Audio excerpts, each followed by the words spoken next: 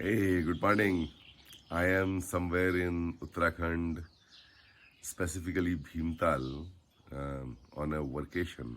So it's a morning and evenings vacation and work during the daytime. So as the mahal is, I sort of remembered a fun anecdote with some learnings which I wanted to share with you. You know the famous duo of Akbar and Birbal, the king and his darbari. The king's wife always used to pester the king that, you haven't given any substantial role to my brother.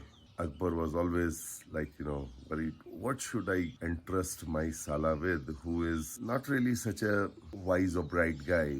He ultimately took the problem to Birbal, and Birbal asked for 24 hours time. And the next day he said, boss, why don't you make your saala or your brother-in-law the royal announcer? In those times, the royal announcer would kind of write those, royal announcements, and those announcements will then be copied and sent across the entire kingdom, where people will beat drums and announce that stuff. Royal announcer, that's a very important role.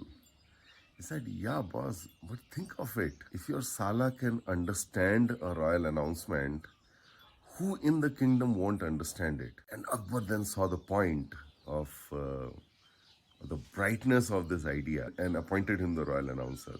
So what's the lesson or learning here? I think the lesson or learning here is in terms of communication. What happens in corporate communications? We end up with all kinds of corporate mumbo jumbo and jargon and all of that. Now, if you remember this lesson in communication, you would always keep that average Joe in mind, who's sitting somewhere down there, doing some transaction day after day, or someone who's really a very important cog in the wheel, but has nothing to do with the corporate mumbo jumbo. Any of your announcements or any of your communications which is going out to the larger public, do remember that Akbar's Sala should be able to understand it. Well, it's a fun anecdote and a very important learning as far as I think.